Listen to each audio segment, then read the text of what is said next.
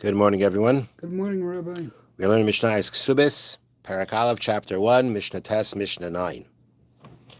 Okay, so we're going to have now a similar kind of case as we had yesterday. In this case, Haisimu Beres. We see this woman, I see this woman and she's pregnant. She is not a married woman. She's a single woman. She's pregnant, which means we know that she cohabited with someone. And the question is, who's the father here? Who's the father of this child? And the difference is, because if the man who made her pregnant, who cohabited with her and made her pregnant, is someone disqualified from kahuna, as we discussed yesterday, let's say he is a chalal, he is the child of a kohen who married a woman that he is forbidden to, more than other people, meaning we're talking about where he married a woman that is forbidden to kohanim to marry, like a divorcee, and he married her, and they have a son. That son is a chalal. If that son who is a chalal cohabits with another woman, then that woman is now considered nischala from kahuna. She becomes a chalala. She cannot marry a kohen.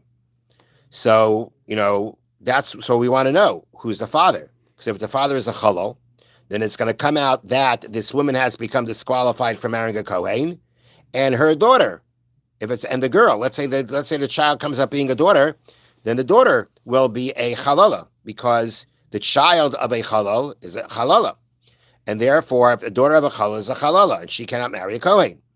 So we want to know, who is the father here?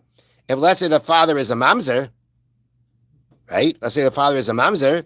I mean, the child's born from a union of man and woman that carries a punishment of some kind of a death punishment for it. Then if he is the father, then the woman again is disqualified from marrying a kohen because she's a zona. She had cohabited with a man who is forbidden to her, and the daughter will be a mamzeres because the child of a mamzer is a mamzeres. So that's the question here. In yesterday's case, we saw her just going into seclusion. Today's case, we know that she cohabited. She's pregnant. The question is, who's the father? So v'amrula, and they, meaning the beis in the rabbinical court, said to her, Mativa shalur b'zeh, what's the nature of this child? And who's its father? She answers, Mayish pleini v'kayinu. It's from so-and-so, and he's a kayin. As we said yesterday, when she says he's a kayin, it doesn't necessarily mean that he is a kohen, but that's the way of saying that he is of the highest lineage, because kohanim are always very careful with their lineage. So her claim is that it was so-and-so, and there's nothing that would make him disqualified, nothing that would make him disqualify me from marrying a kohen or my daughter, affecting my daughter. If it is a daughter. And Rabbi Lezer say, Nemenis, she's believed, just like yesterday. Why is she believed? Because she, like we said yesterday, she has a chazaka, she has an assumed status that she can marry a kohen. When she was born, did she have that status? Yes, she did. Do we know that the status changed? No, we don't. We don't know that status changed. So therefore, her status remains the same, that she is permitted to a kohen. Now the child, who would, let's say again, that child, to understand the status of the child, which again, whether it's a boy or a girl, the status will be, we have to establish who the father is to know what that child's status is. But did that child ever have a chazaka? That child never had a chazaka. That child is, from day one, there's a question, who's the father, right? We never knew anything about the child to say that the child has some kind of a presumed or starting status. So the child doesn't have the chazaka. Nonetheless, if the mother has the chazaka, and the chazaka says on the mother that we can presume that it was a person who doesn't disqualify her from a kahuna, the father, the child, then the status of the mother will carry over to the child. If the mother is considered permissible to kahuna, the child will also follow that. Now, interesting, the Bartanura says an interesting halacha. Can this child, based on what she says, that's the child of so-and-so, can that child be established as an heir to that man? Could that child now be established as someone who becomes one of the inheritors of this man's estate? So the Bartanura says no. It doesn't help for that. It's not going to allow us to establish that this is that man's child to be able to take from the estate away from those that we know are for sure heirs. But here the situation is her being believed regarding her status. For that, she has a chazaka. That chazaka now will automatically affect the child. And according to Rabbi Lezer, Rabbi Shua, Rabbi Gamliel, Rabbi Lezer, she's namena, she's believed, she remains qualified to the kahuna, and so does her child. Rabbi Yeshua Oimer, Rabbi Yeshua says, Lemi pianu Chaim, just like yesterday, we do not live off what she says. Ella, hareza bechaskas mubaris lenatzinu lamamzer. We have to actually assume or look at her as someone that's pregnant from an asin from a mamzer. Achetavi Raila Devareha, till she brings proof to her words that the man who did cohabit with her and is the father of this child is someone that his lineage is clean, it's fine. Again, according to Rabbi Yeshua, the chazaka here doesn't help. The chazaka that she started off as someone that was fit for the kahuna, that's not going to help us over here, because since she went ahead and she did cohabit with someone, not only did she go in seclusion, we know she actually cohabited with someone, that already now weakens the chazaka, weakens the presumed status that she started off with as being kosher to a kohen. We do not know who she cohabited with, and therefore we have to go, and because of that doubt, we have to actually consider this child as possibly a mamzer or a sin, because we don't know who fathered the child. And therefore, in that situation, according to Rabbi Yeshua, that's what the status will be. Not only disqualified from kahuna, but meaning out of the doubt, because we don't know who fathered the child, but this father of the child may even be could have even been in a sin or a mamzer, and that would be the status of the child, again, out of doubt. Now, who does halacha follow? So as Bartanura points out, and as we've been saying until now, Bartanura says it straight out here, Rabbi Gamliel, Rabbi Lezer are believed.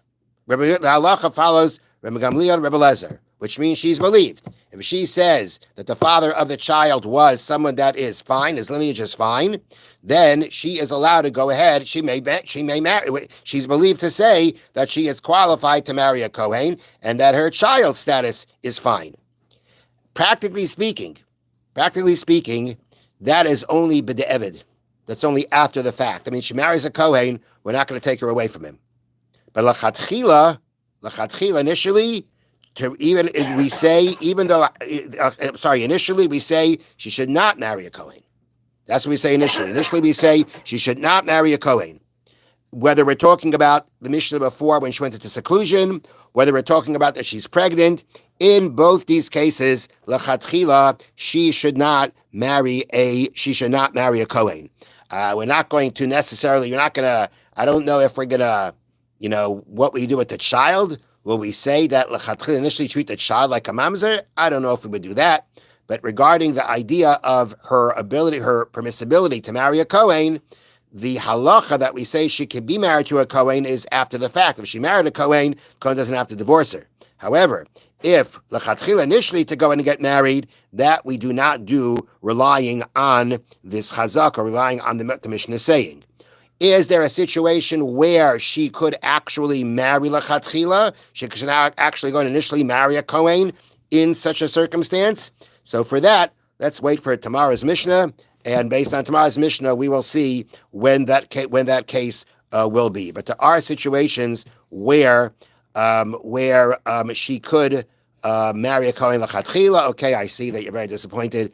So the Bartanura says that in order for her to be able to marry a kohen lachatchila initially, there has to be a rov. There has to be a majority that tells us that this man came from the majority of people. So that means, as the Bartanura says, we say like this. We have to know the majority of the people in the city are miyuchasim. Their lineage is fine. Okay? So we know that there's a majority of people who would not disqualify her from the city. And not only that, it has to be that actually this person who made her pregnant couldn't have made her pregnant in the city. It has to be that actually they left the city, and that's where outside the city made her pregnant. Why? Because the only time we use a rov is when we say called the parish meruba parish. If you want to follow a rov, a majority, you have to say that the thing under question that we want to use the majority for actually left the majority. If it leaves the majority, we say it came from the majority. But if, let's say, it didn't leave the majority, it remains in the place of the majority, the halacha is, it's a doubt. You can't follow the majority then. It remains mechza, 50-50. That's the halacha when it comes to following majority. Following majority works when the object that we have a question on left where the majority is. The parish has to be parish, has to separate from where the majority is. In that case, the majority is the city that we would assume the man came from, but it couldn't have happened in the city. It'd have to happen outside of the city to say that he left the majority, and now we can use the majority to say, okay, the person now cohabited with her is kosher. So in order to be able to initially be able to marry a Kohen, we're not going to rely on what she says. We have to rely on a rov, on a majority.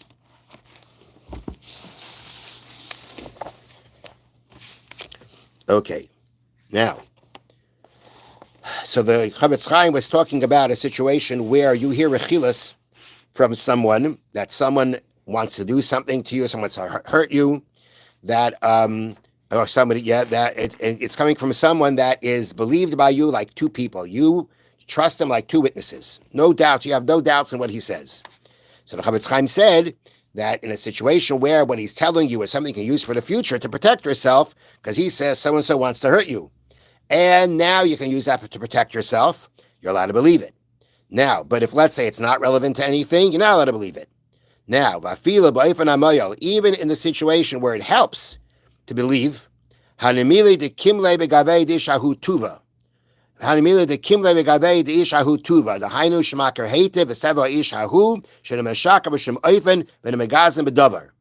It has to be that this person that you want to rely on is a person that you know for sure. You have no question about the person. You know the person well enough to say that you know that this person would never lie or exaggerate. And therefore you rely on him so much to the point that you absolutely would believe what he says. If that's the kind of person we're talking about, okay, then it can work. And same thing regarding other things. You look at this person in all situations. You look at him, you trust him without any question, like two witnesses. Okay, then we say that this applies to say you can believe him if what he's telling you is relevant for the future. But let's say regarding other matters, you don't trust him so much. But only now, what he's telling you now, this thing, I really trust him about. Why? Because this is, people like to hear gossip. People like to hear these kinds of things. So why are you saying, I believe without any question? Because basically you'd like to believe what he has to say. Not because in general you consider him that trustworthy. And therefore now, so now you decide, I believe him like two people, it's for sure forbidden then. And